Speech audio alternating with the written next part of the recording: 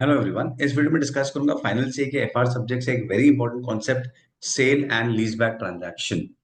Cell and leaseback काफी important concept है, exam में आने के चांसेस भी होते हैं। चलिए स्टार्ट करते हैं। As the name indicates, sale and leaseback मतलब हम क्या करते हैं। सपोज मेरे पास कोई एसेट है, मैं उसे बेचता हूं और फिर मैं उसी एसेट को फिर से लीज पे लेता हूं, तो this is sale and leaseback. Asset को बेचता हूं और फिर से वो एसेट में लीज पे, रेंट पे टाइप ऑफ वापस लेता हूं। रीड करते हैं question. An entity seller lessee. Suppose अगर मिस्टर ए जो है, सपोज अगर मिस्टर ए ने अपने एसेट को बेचा, ए इज द ओनर, और उसने अपने एसेट को बेचा, तो वो कौन हो गया? वो हो गया है ऑब्वियसली सेलर। वो हो गया है सेलर। ए है सेलर और उसने बी को बेचा, तो बी है बायर। और फिर बी जो है वो एसेट ए को रिटर्न करेगा लीज में, आई मीन ए को लीज पे देगा। तो बी हो गया है लेसर और ए हो गया है लेसी। इसीलिए ए को बोलते हैं, जो एसेट बेचता है उसको बोलते हैं सेलर लेसी, और जो एसेट बाई करता है उसको बोलते हैं बायर, और वो लेसर है। बायर भी है और लेसर भी है। चलिए सम पे आते हैं। वेरी इंपॉर्टेंट सम, ये ध्यान से एक बार गो थ्रू करना सब लोग। चलिए, an entity seller lessee sells a building to another entity buyer lesser for 30 lakhs। हमने 30 lakhs में एसेट बेचा। Immediately before the transaction, building is carried at a cost of 15 lakhs। Building हमारे books में 15 lakhs पे दिख रहा है, मतलब उसका कैरिंग अमाउंट 15 lakhs है। At the same time, seller lessee enters into a contract with buyer lesser for the right to use the building for 20 years with annual payment। यानी ये हमारा लीज पेमेंट हो गया 2 lakhs payable at the end of each year। Every year हमें 2 lakhs पे करना है।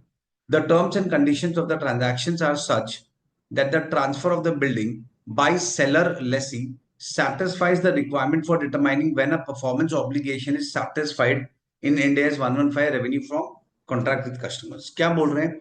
किसी, हम लोग क्या डिस्कस कर रहे हैं? हम डिस्कस कर रहे हैं सेल एंड लीज बैक। तो पहले तो वो सेल होना चाहिए, और वो सेल कब होगा? सेल तब होगा जब वो एज पर Ind AS 115 हमारा परफॉर्मेंस ऑब्लिगेशन सेटिस्फाई हो जाता है, कंट्रोल ट्रांसफर हो जाता है, मतलब 115 के कंडीशन सेटिस्फाई करने चाहिए, तो हम उसे सेल मानेंगे। 115 एक्चुअली गुड्स के लिए एप्लीकेबल है और ये एसेट है, दोनों अलग है। तो normally speaking, logically speaking, asset के लिए 115 एप्लीकेबल नहीं होता है। पर यहाँ पे स्टैंडर्ड में लिखा गया है, इंडिया 115 में लिखा गया है कि अगर मुझे ये सेल मानना है तो उसके लिए 115 के कंडीशंस, परफॉर्मेंस ऑब्लिगेशंस के जो सेटिस्फाई होने के कंडीशंस है वो सेटिस्फाई होने चाहिए। तो फाइन, यहाँ पे लिखा गया कि वो सेटिस्फाई हो रहा है, मतलब ये सेल है। और लीज तो ऑब्वियसली है, हमने लीज पे लिया है। The fair value of the building is 27 lakhs। अब ये इंपॉर्टेंट लाइन है इसमें, फेयर वैल्यू जो है वो है 27 lakhs, जबकि हमने कितने में बेचा है? 30 lakhs। ये पॉइंट ध्यान रखना, इस पर हम डिस्कस करेंगे। Initial direct cost if any are to be ignored. Okay, initial cost है नहीं।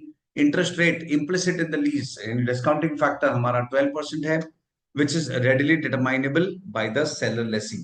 Buyer lessee, buyer lessor classifies the lease as an operating lease। इस पे हम बाद में आते हैं, नीचे जो है वो बायर के बारे में है। फाइन, हम पहले लेसी के बुक्स में अकाउंटिंग करेंगे, फिर हम लेसर के बुक्स में अकाउंटिंग करेंगे। पहले हम आते हैं सेलर, और जो बंदा लेसी भी है उसके बुक्स में हम अकाउंटिंग कर रहे हैं। तो चलिए फर्स्ट पार्ट पे आते हैं। इसमें अगर देखेंगे तो दो ट्रांजैक्शन है। सबसे पहले दो ट्रांजैक्शन है। पहला ट्रांजैक्शन है सेल। हमने एक तो सेल किया है, sale of asset, sale of asset, हमने एक एसेट को बेचा है, पहला ट्रांजैक्शन। दूसरा ट्रांजैक्शन है, इसमें फिर वो एसेट हमने लीज पे ले लिया है। हमने एसेट बेचा है, फिर हमने उसे लीज पे लिया है। ये सेकंड ट्रांजैक्शन। फाइन। और इसमें एक और ट्रांजैक्शन है जो स्टैंडर्ड बताता है, वो क्या है वो देखते हैं। अब यहाँ पे देखो, असेट जो है हमारा, उसका फेयर वैल्यू 27 lakhs है, लेकिन लेकिन उसे हम कितने में बेच रहे हैं? फेयर वैल्यू 27 lakhs है, पर हम उसे बेच रहे हैं 30 lakhs में। तो स्टैंडर्ड ये बोलता है कि भाई अगर एसेट का फेयर वैल्यू 27 lakhs है, तो कोई मुझे क्यों 30 lakhs देगा? सीधी बात है ना। अगर एसेट का फेयर वैल्यू 27 lakhs है, तो सामने वाला मुझे क्यों 30 lakhs देगा? तो इसका मतलब स्टैंडर्ड क्या बोल रहा है कि भाई तुमने बेचा है जो 27 लाख का एसेट, पर तुम्हें 30 लाख मिल रहा है। तो उसका मतलब, उसका रीजन क्या है? उसका रीजन एक ही है कि जो एक्स्ट्रा 3 लाख है वो तुम्हारा लोन है, तुमने लोन लिया है। तो ये तीसरा ट्रांजैक्शन है। इसमें तीन ट्रांजैक्शन है बेसिकली, सेल है, लीज बैक है, हमने लीज पे लिया है, और तीसरा हमने लोन भी लिया है। क्यों?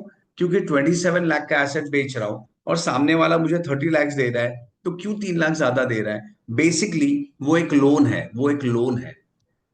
आई होप ये ओके, लॉजिकल भी है कि वो लोन है। अच्छा, वो मुझे लोन दे रहा है और मैं क्या करूंगा, मैं जब उसको लीज पेमेंट करूंगा तो मैं उसका ईएमआई भी उसमें इंक्लूड कर रहा हूं। मतलब यहाँ पे हमारे पास ये जो 2 लाख रुपीज का पेमेंट है, वो जो पेमेंट है उसमें दो हिस्सा है। वो जो पेमेंट है 2 लाख का, उसमें दो चीजें हैं।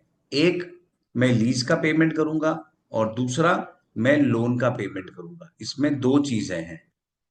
तो आई होप ये ओके है। तो हमने दो चीज के, एक लीज पे लिया है और हमने लोन भी लिया है, तो हम दोनों का पेमेंट करेंगे, दोनों का ईएमआई टाइप्स भरेंगे। फाइन, आई होप ये ओके है। तो पहले मैं एंट्री पे आता हूँ, फिर मैं अमाउंट्स पे आऊंगा। पहले एंट्री पे आ जाते हैं, चलिए। हम अगर एसेट बेच रहे हैं तो एंट्री, पैसा आया, bank account debit, asset account credit, क्योंकि हम एसेट बेच रहे हैं। और प्रॉफिट पे बेच रहे हैं तो टू पीएनएल। क्यों प्रॉफिट पे? क्योंकि कैरिंग अमाउंट 15 लाख है और हम बेच रहे हैं उसको 30 लाख में, तो प्रॉफिट तो है डेफिनेटली। कितना अमाउंट रिकॉर्ड करेंगे वो अलग बात है, वो हम बाद में डिस्कस करेंगे।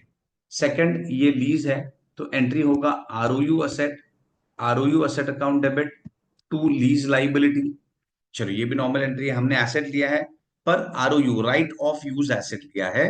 राइट ऑफ यूज, हमने एसेट लिया, हमने उस एसेट में राइट लिया है क्योंकि हम इसमें लेसी है। तो आरओयू एसेट टू लीज लाइबिलिटी। और तीसरा, हमने लोन लिया है, तीसरा हमने लोन लिया है, तो normal entry, bank to loan. तो आई होप ये तीन एंट्री, सेपरेट एंट्री ओके है। अब मैं क्या करूंगा, अब मैं इन तीनों एंट्री को मैं ऐड करूंगा, कंबाइन कर देंगे। तो बैंक अकाउंट डेबिट, तीनों एंट्री को हम कंबाइन करेंगे। तो bank account debit, ROU asset account debit. इसमें बच्चे कभी कभी बोलते हैं कि सर हम कंफ्यूज हो गए, डायरेक्ट एंट्री नहीं समझ रहा है। तो इसीलिए मैंने इसको तीन ट्रांजैक्शन में ब्रेक किया, ताकि वो एंट्री हमें इजीली समझ जाए कि एक सेल है, एक लीज है और एक लोन है। तो bank account debit, ROU asset account debit, फिर नॉर्मल एसेट अकाउंट क्रेडिट है, नॉर्मल एसेट अकाउंट क्रेडिट है, फिर lease liability, lease liability credit है, फिर लोन भी क्रेडिट है, और फाइनली पीएनएल, लोन और finally PNL. I think institute ने अपने सोल्यूशन में इन दोनों को कंबाइन किया है, तो कर सकते हैं, कर सकते हैं। सेपरेट भी रखेंगे तो भी चलेगा, कंबाइन भी करेंगे तो भी चलेगा। मैं सेपरेट बता रहा हूँ क्योंकि वो समझने में ज्यादा और क्लैरिटी आता है कि चलो भाई सेपरेट रखो, लोन अलग है, लीज लायबिलिटी अलग है। फाइन। तो हमारा फर्स्ट ऑफ ऑल ये फाइनल एंट्री है। अब हम अमाउंट को फिल करते हैं। पहले बैंक में आते हैं, हमें पैसा कितना मिला है देखो। तो पैसा तो 30 लाख मिला है, पैसा तो 30 लाख मिला है। तो पहले बैंक में आएंगे, bank account debit 30 lakh, bank account debit 30 lakh. फिर हम एसेट पे आते हैं। एसेट हमारे बुक्स में कितने में दिख रहा है? एसेट हमारे बुक्स में कैरिंग अमाउंट 15 लाख है, तो उसे हम 15 लाख में क्रेडिट करेंगे। एसेट को हम 15 लाख में क्रेडिट करेंगे। चलिए, ये 15 लाख हो गया। अब आगे जाते हैं। ये दो तो ऑब्वियस फिगर था कि बैंक में 30 लाख है और एसेट जो कैरिंग अमाउंट है उसी अमाउंट पे क्रेडिट होगा। अब हम बाकी अमाउंट पे आते हैं, तो उसके लिए सबसे पहले हम क्या करेंगे, हम जो पेमेंट कर रहे हैं, मैं लीज लाइबिलिटी पा रहा हूँ बेसिकली। तो लीज लाइबिलिटी हम कैसे कैलकुलेट करते हैं? Present value of future payments. तो हमारा फ्यूचर पेमेंट्स क्या, हमारा लीज पेमेंट 2 लाख है, और हमारा इंटरेस्ट रेट 12% है, इंटरेस्ट रेट 12% है। तो मैं क्या करता हूं, हमारा इंटरेस्ट रेट 12% है। हाँ, तो मैं फाइंड करूंगा पीवी ऑफ लीज पेमेंट्स। हम जो लीज पे कर रहे हैं उसका हम प्रेजेंट वैल्यू फाइंड करेंगे। रादर मैं लिखता हूं पीवी ऑफ पेमेंट्स, क्योंकि उस पेमेंट में दो चीजें, लोन भी है और लीज का भी है। तो पहले लिखता हूं पेमेंट्स, पीवी ऑफ पेमेंट्स। तो हम 2 लाख पे कर रहे हैं every year, into PVIFA. PVIFA present value, क्योंकि एवरी ईयर कॉमन है, तो 12% और 20 ईयर्स का है। एक बार जस्ट चेक कर लेता हूँ रेट। 12% है, यस, ये 12% है, और पेमेंट हम 20 ईयर्स के लिए कर रहे हैं, यस, 20 ईयर्स का पेमेंट है। तो चलिए कैलकुलेशन करते हैं। नॉर्मल है, हमें डिस्काउंटिंग करना है, प्रेजेंट वैल्यू निकालना है। 1 divide by 1.12 equal to m plus करके हम 20 यूज करेंगे। 3 4 5 6 7 8 9 10, ये हमारा आंसर आया 7.2 lakhs इंटू 7.46944,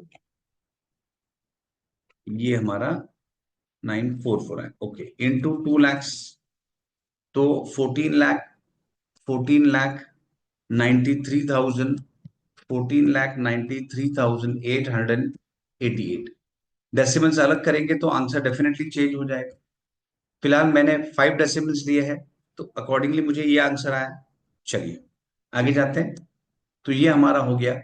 अब ये हमारा पेमेंट है, इसका मैं दो में ब्रेक करूंगा, क्योंकि इस पेमेंट में दो चीजें हैं, एक है लोन अमाउंट और एक है पी लीज लाइबिलिटी, बेसिकली जो लीज का पैसा है।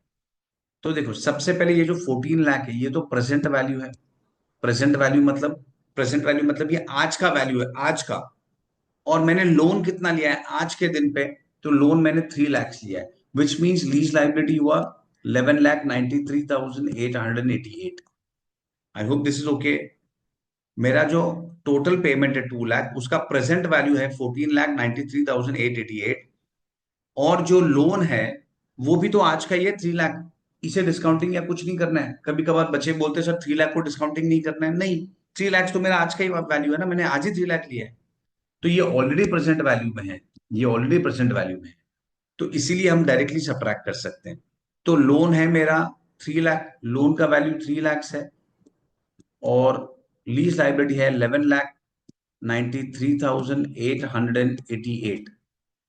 चलिए एक बार चेक कर लेता हूं अमाउंट, 11,93,888, फाइन, फर्स्ट क्लास। तो ये भी ओके। अब मोस्ट इंपॉर्टेंट, अब इसमें मोस्ट इंपॉर्टेंट है ये दो अमाउंट, आरओयू एसेट का अमाउंट का कैलकुलेशन और प्रॉफिट एंड लॉस का कैलकुलेशन, ये दोनों इंपॉर्टेंट है। एग्जाम पॉइंट से हम एक को कैलकुलेट करके दूसरे को बैलेंसिंग पे ले सकते हैं, पर इस बार वाइल टीचिंग मैं तुम्हें दोनों अमाउंट का कैलकुलेशन का लॉजिक समझाऊंगा। चलिए इस पे आते हैं। नेक्स्ट नोट इंपॉर्टेंट है, लॉजिक समझने के लिए इंपॉर्टेंट है कि ये क्यों ऐसा हो रहा है। अब देखो, यहाँ पे जो हमारा एसेट है उसका फेयर वैल्यू क्या है, जो हमारा एसेट है उसका फेयर वैल्यू क्या है? तो उसका फेयर वैल्यू है 27 lakhs। 30 lakhs में हमने बेचा है, पर फेयर वैल्यू 27 lakhs है। तो मैंने क्या किया, मैंने इसमें से मैंने एसेट को बेचा है, लेकिन फिर लीज पे भी तो ले लिया है। तो मतलब एक हिस्सा मैंने बेचा है और एक हिस्सा मैंने रिटेन किया, मैंने अपने पास रखा है। तो एक हिस्सा मैं बेच रहा हूं और एक हिस्सा मैं रिटेन कर रहा हूं, अपने पास रख रहा हूं। कौन सा हिस्सा अपने पास रख रहा हूं? लीज वाला, जो लीज वाला हिस्सा है, जो लीज वाला पोर्शन है, वो हम रिटेन कर रहे हैं और बाकी मैं बेच रहा हूं। तो 27 lakhs का जो टोटल फेयर वैल्यू है, उसमें लीज वाला अमाउंट है 11,93,888। तो बैलेंस कितना बचा? 11,93,888 माइनस 27 lakhs। तो बैलेंस बचा 15,06,112।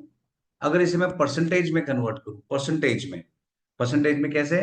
15,06,112 divide by 27 lakhs into 100, obviously 27 lakhs से डिवाइड करेंगे तो ये आया 55.781926%।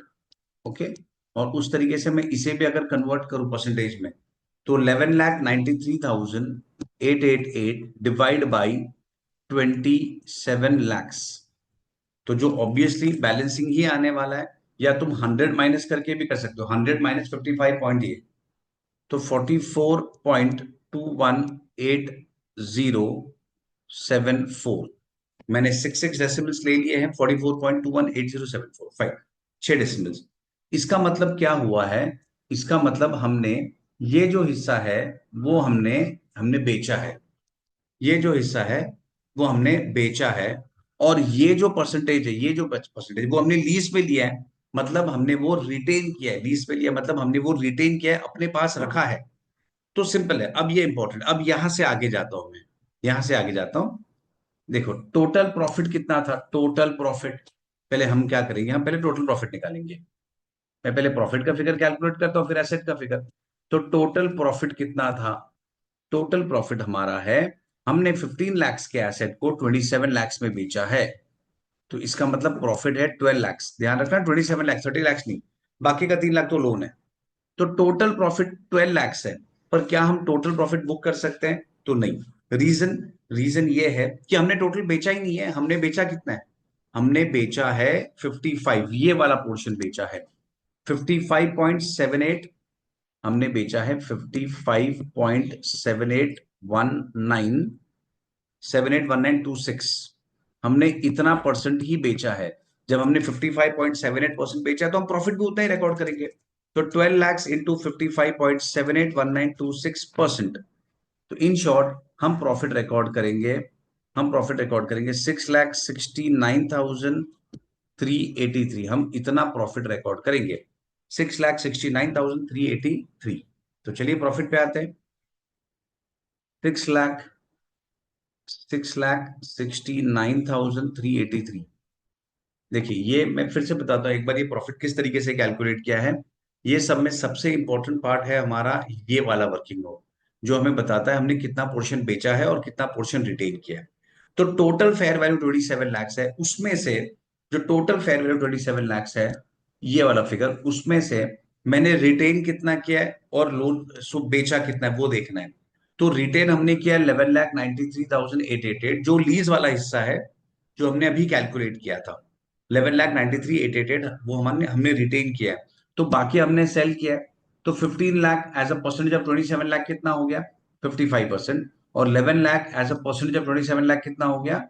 44%। आई होप ये ओके है। तो हमें सोल्ड और रिटेन का परसेंटेज मिल गया। तो अब हम क्या करेंगे? हमने बेचा है 55.78%। तो अगर हमने पूरा एसेट बेचा होता तो हमें 27 लाख माइनस 15 lakhs, यानी 27 lakhs इसका सेलिंग प्राइस है और 15 lakhs उसका बुक वैल्यू कैरिंग अमाउंट है। तो हमारा प्रॉफिट कितना हुआ? 12 lakhs। पर क्या हमने पूरा बेचा? अगर पूरा बेचा होता तो 12 lakhs रिकॉर्ड करते थे प्रॉफिट। पर हमने पूरा नहीं बेचा है, हमने बेचा है सिर्फ 55.78%। तो हम उतना ही प्रॉफिट रिकॉर्ड करेंगे और हमारा प्रॉफिट ऑन सेल हो गया है 6,69,383। आई होप ये ओके है। फाइन। तो ये फिगर मैंने यहां पे लिख दिया। अब बचा क्या? आरओयू एसेट। अब उसे बैलेंसिंग भी ले सकते हैं, लेकिन हम कैलकुलेट कर लेंगे। कैसे कैलकुलेट करेंगे? देखिए, नॉर्मली क्या होता है, नॉर्मली नॉर्मल सम में हम जब लीज के कोई भी एक नॉर्मल सम करते हैं, तो उसमें हम क्या लिखते हैं? उसमें हम लिखते हैं जो लीज लाइबिलिटी है, हम वही लिखते हैं। दैट मीन्स 11,93,888 हम नॉर्मली ये लिखते हैं। पर सेल एंड लीज बैक में ये नहीं लिख सकते हैं। नॉर्मली हम क्या करते हैं? हम ये 11,93,000 ये लिखते हैं, पर सेल एंड लीज बैक में ये नहीं लिख सकते। उसका रीजन है, लॉजिकल रीजन है कि भाई एसेट तुम्हारे बुक्स में ऑलरेडी एक फिगर पे दिख रहा था। अब वही एसेट तुमने रखा है, तुमने पूरा तो बेचा ही नहीं, तुमने नया एसेट नहीं खरीदा है, तुमने जो एसेट तुम्हारे बुक्स में ऑलरेडी था उसी को हमने सिर्फ रिटेन किया है। तो हम क्या करेंगे? हमारा जो टोटल एसेट है वो है 15 lakhs, जो ऑलरेडी बुक्स में दिख रहा था। देखिए मैं बताता हूँ यहाँ पे, हम एसेट को क्या फिगर पे दिखाएंगे? हम एसेट को क्या फिगर पे दिखाएंगे? जो आरओयू एसेट है, जो आरओयू एसेट है वो हम क्या फिगर पे दिखाएंगे? तो स्टैंडर्ड बोलता है देखो भाई, तुमने कोई नया एसेट नहीं लिया है, तुम्हारे पास ये एसेट ऑलरेडी था 15 lakhs पे, और उसमें से तुमने कितना परसेंटेज रिटेन किया है?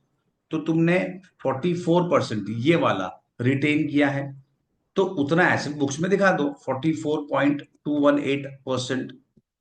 आई होप ये ओके है। मैं फिर से रिपीट करता हूं एक बार। यहाँ पे स्टैंडर्ड क्या बोलता है कि देखो ये नया एसेट नहीं आया। हाँ, अगर ये नया नया एसेट होता ऑल टुगेदर, तो फिर सिंपल है, तो हम बाकी सम्स में जो करते हैं वही करते। क्या?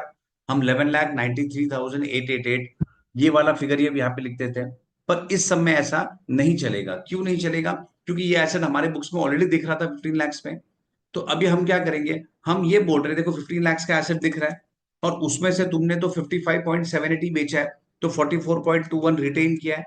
44.218074% रिटेन किया है, विच मीन्स तुम्हारा एसेट का वैल्यू है 6632711। तो इतना एसेट तुमने रिटेन किया है, उतना बेचा ही नहीं है। तो क्योंकि बेचा ही नहीं है तो वो एसेट में ये फिगर पे ही दिखेगा। तो चलिए, तो यहां पे आ जाएगा, यहां पे आ जाएगा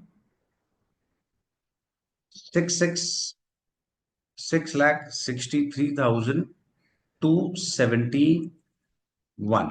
एक बार चेक करते टैली हो रहा है कि नहीं? 15 lakhs प्लस 11,93,888।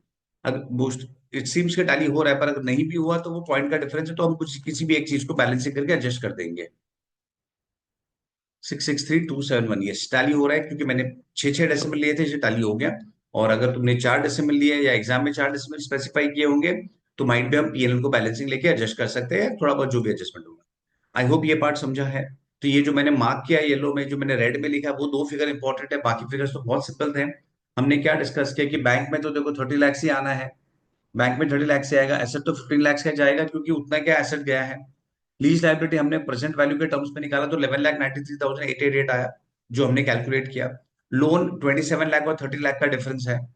और मेन फिगर था पीएनएल और एसेट। तो मैंने पीएनएल को कैसे बताया, मैंने पीएनएल को इस तरीके से बताया कि हमने जो भी हमारा एसेट का पूरा, ये पहले सबसे पहले तो ये देखो, मेरा एसेट का फेयर वैल्यू 27 लाख है, और उसमें से मैंने बेचा कितना है 15 लाख, और रिटेन कितना किया 11 लाख। ये कैलकुलेशन कहाँ से आया, ये जो फिगर था वो मेरा पीवी ऑफ लीज लाइबिलिटी था, प्रेजेंट वैल्यू।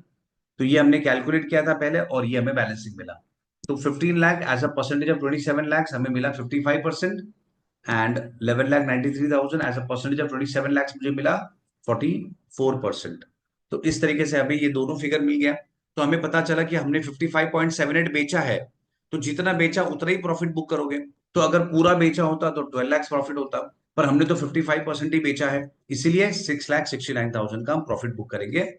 और एसेट क्योंकि हमारे बुक्स में ऑलरेडी 15 लाख पे दिख रहा था, और जो हमने इस बार एसेट रिटेन किया है वो है 44%, तो 15 लाख का 44 करेंगे तो 6,63 आ रहा है। तो उतना हमने एसेट रिटेन किया है, इसलिए आरओयू एसेट 6,63 पे दिखेगा, एंड नॉट 11,93,888। तो ये इसमें एक इंपॉर्टेंट पार्ट है जो हमें ध्यान रखना है। तो ये हो गया in the books of lessee. Lessee के बुक्स में तो ऑलवेज फाइनेंस अकाउंटिंग होता है, फाइनेंस लीज होता है। लेसी के बुक्स में हम ऑलवेज फाइनेंस लीज करते हैं।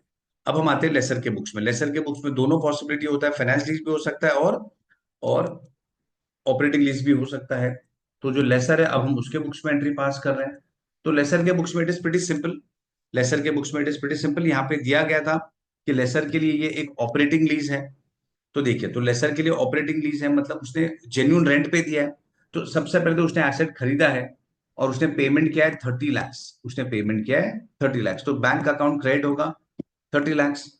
और एसेट का वैल्यू कितना दिखेगा, जो एसेट है वो फेयर वैल्यू पे दिखेगा 27 लाख, और बाकी का 3 लाख वो लोन है।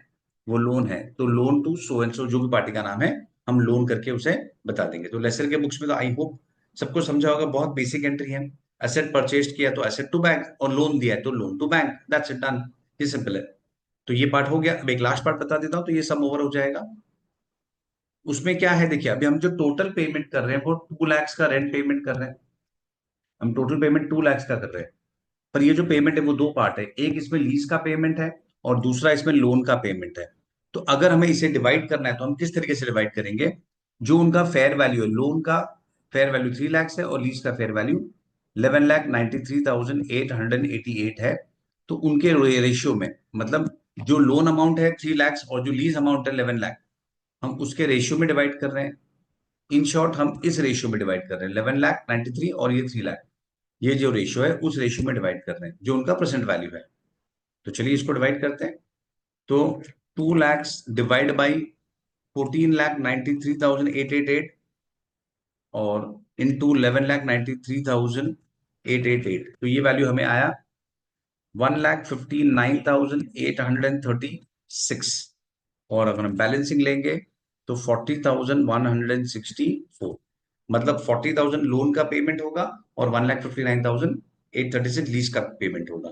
इसका मतलब हम जब आगे अकाउंटिंग करेंगे, तो फॉर एग्जांपल अगर मैं लीज लाइबिलिटी का अकाउंटिंग कर रहा हूं तो हम कैसे करते हैं, लीज लाइबिलिटी का अमाउंट है 11,93,888, तो 11,93,888, हम इस पे 12% ऐड करेंगे, पहले इंटरेस्ट फाइनेंस चार्ज 12% ऐड करेंगे, और फिर उसका हम पेमेंट कितना बताएंगे, 1,59,836। और ये ऐसा हर साल चलता रहेगा और एंड में जीरो हो जाएगा। और लोन का कैसे अकाउंटिंग बताएंगे, तो लोन हमारे बुक्स में दिख रहा है 3 लाख पे, हम उस पर इंटरेस्ट ऐड करेंगे 12% एवरी ईयर, और पेमेंट कितना बताएंगे 40,164। तो इस तरीके से ये एवरी ईयर चलेगा, और एंड में ये जीरो हो जाएगा। तो I hope this is okay. तो ये इंपॉर्टेंट सम था, एग्जाम पॉइंट से आने के चांसेस भी होते हैं। और ये जो मैंने येलो में मार्क किया है वो दोनों फिगर का कैलकुलेशन इंपॉर्टेंट है। ओके, चलिए मैं स्टॉप करता हूँ, नेक्स्ट वीडियो में कोई दूसरा कॉन्सेप्ट वीडियो लेके आऊंगा। चलिए बाय।